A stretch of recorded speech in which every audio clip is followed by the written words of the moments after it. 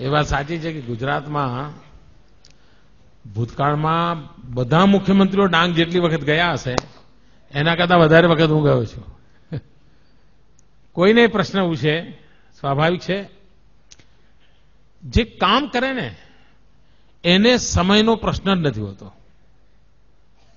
જે ન કરે ને એને સમયના પ્રોબ્લેમ હોય છે. તમે જોજો આ દુનિયાનો નિયમ છે. જે નવરો હોય ને એને તમે કહો કે અત્યારે મારે મળવું છે આવું, તો કે ના હમણાં નહીં, હું જરા પછી વાત કરીએ આપણે. નવરો જ હોય સાહેબ.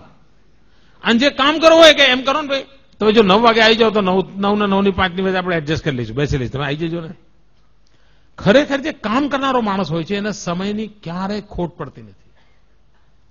ભરપૂર સમય છે આપણી પાસે. આપણને સમયનો ઉપયોગ આવડતો નથી. વિદ્યાર્થી મિત્રોને મારી વિનંતી છે કે જો તમને શક્ય હોય તો બેન્જામિન ફ્રેન્કલિનનું જીવન વાંચજો. એ અમેરિકાના રાષ્ટ્રપતિ હતા. આમ તો જીવન ચરિત્રો વાંચવા જોઈએ, પણ એમના જીવન ચરિત્રના અંદર વિશેષતા છે. એમને પોતાને શું થતું, કામ બહુ કરે પણ લોકો ફરિયાદ કરે કે તમે આ નથી કરતા, તમે મળતા નથી, તમે એટલે પછી એમને થયું કે હાડું આટલું બધી મહેનત કરું તો એમ મને તો ફરિયાદો જ આવ્યા કરે છે.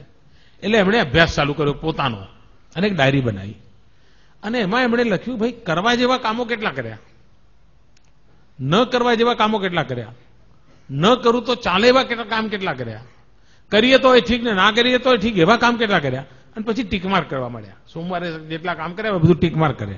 મંગળ અઠવાડિયા પછી એમણે જોયું કે કરવા જેવા કામ ઓછામાં ઓછા કર્યા હતા અને ન કરું તો ચાલે એવા બધા જ કર્યા હતા.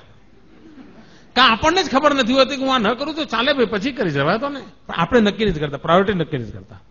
અને આ જો સહેજ આપણે ટેવ પાડી દઈએ કે કરવા જેવા કામોમાં કોઈ કોમ્પ્રોમાઇઝ નહીં, તો તમે જોજો તમારા બધો સમય ઉપજાઉ થઈ જશે, એમાંથી કંઈ ને કંઈ આઉટપુટ મળ્યા કરશે.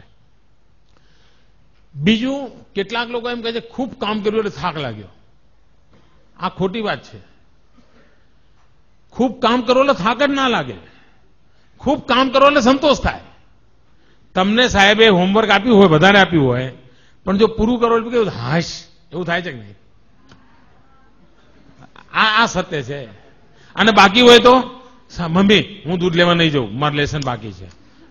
મમ્મી હું નાના બહેન નહીં રમાડું, મારું દૂધ બાકી છે. અરે મમ્મી તું રેડિયો બંધ કરને, મારું લેસન બાકી. એવું ચાલે ને ઘરમાં, કારણ કામ બાકી છે. ખરેખર કામ કર્યાનો થાક હોતો જ નથી, કામ કર્યાનો સંતોષ હોય છે. અને જીવનમાં તમે જોજો કોઈ દિવસ કામનો થાક લાગે જ નહીં. આ ખોટું ભ્રમ છે. બહુ કામ છે, થાકી ગયો. કાં તો પછી તમે ન કરવાના બધું કરતા હો તો થાકી જતા હો. અને તેથી સમયનો ઉપયોગ કેવી રીતે કરવો, સમય બરબાદ ન થાય એના તરફ આપણું ધ્યાન હોવું જોઈએ. મને યાદ છે એકવાર હું કેકા શાસ્ત્રીજી, તમે નામ સાંભળ્યું હશે, બહુ જ મોટા આ રાજ્યના ખૂબ મોટા વિદ્વાન, એમની સાથે એકવાર હું પ્રવાસમાં ગયેલો અને લગભગ 10 દિવસનો મારો પ્રવાસ હતો. અને મને એમ કે આ વડીલની સેવા કરવાનો મને અવસર મળ્યો છે, એમની સેવા કરું. એ વખતે એમની ઉંમર લગભગ 85-90 ની આસપાસ તો હશે. એ ગુજરી ગયા હતા, એમની ઉંમર 102 વર્ષ હતી અને આપણે એમની શતાબ્દી ઉજવી હતી. એમણે 250 કરતા વધારે ગ્રંથો લખેલા હતા. તો મેં એમને 10 દિવસ બરાબર ઓબ્ઝર્વ કર્યા. તમને આશ્ચર્ય થશે, એમણે શબ્દકોશ લખ્યો છે, ગુજરાતી શબ્દકોશ. માનો કે રેલવે ફાટક હોય અને રેલવે ફાટકમાં અમારી ગાડી ઉભી રહી હોય તો આપણે શું કરીએ? ઉભા રહીને નીચે લટાર મારીએ, યા ત્યાં સિંગ ચણાની લારી હોય તો ત્યાં જઈએ, ક્યાંક ટમેટા મળતા હોય તો એ જઈએ, એવું બધું કરીએ ને. મેં જોયું કે જેવી બસ ઉભી રહી નથી કે પોતાના થેલામાં ચોપડો કાઢ્યો નથી, તરત આમ લખવાનું ચાલુ જ કરી દે અને ફરી પાછી ફાટક ખુલે અને બસ ચાલે પછી અમને મૂકી દે. મને એમ થાય કે આ માણસ સમયનો કેટલો બધો ઉપયોગ કરે છે. રાત્રે ક્યાંય પહોંચવાનું હોય, ધર્મશાળામાં ઉતરતા, તો હું એમના માટે કે પથારી લેવા જઉં, એ પહેલા તો એ પોતાનું જે થેલો હતો એનું ઓછું કરીને સુઈ ગયા હોય. મારે એમને રાત્રે ઉઠાડવા પડે, કશું નહીં, કોઈ અપેક્ષા જ નહીં. ત્યારે હું જોતો હતો કે આ વ્યક્તિ આટલું બધું કામ કેવી રીતે કરી શક્યા હશે. સમયનો એટલો અદભુત ઉપયોગ કરતા હતા એ.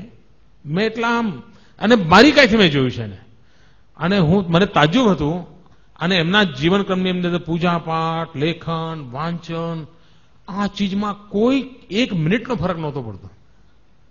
અને 10 દિવસનું એટલું હેક્ટિક શેડ્યુલ હતું.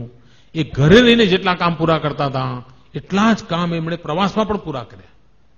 એટલે મારા મન પર એની અસર હતી. અને 85-90 વર્ષની ઉંમર, આપણા ઘરમાં આપણા દાદાજી 85-90 વર્ષના હોય તો શું કરતા હોય તમને ખબર છે ને? આ 85-90 વર્ષની ઉંમરે અને 103 વર્ષ જીવ્યા હતા. જીવનને કેટલું પરફેક્ટ એમણે રાખ્યું હશે એનો તમે અંદાજ કરી શકો છો.